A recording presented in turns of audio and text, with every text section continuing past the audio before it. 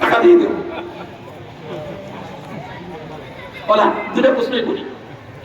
আচ্ছা, আমি যে বিষয়টা এই দুইটা আয়াতে আল্লাহ সুবহানাহু ওয়া তাআলা আট ভাবে একটা বিষয়কে বোঝার চেষ্টা করেছেন। আগে হাত তুলবেন, বলবেন না।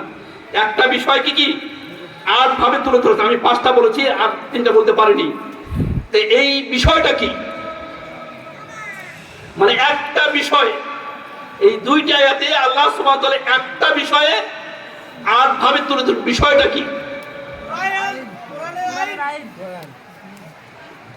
আল্লাহর আইন। যে আসে আসে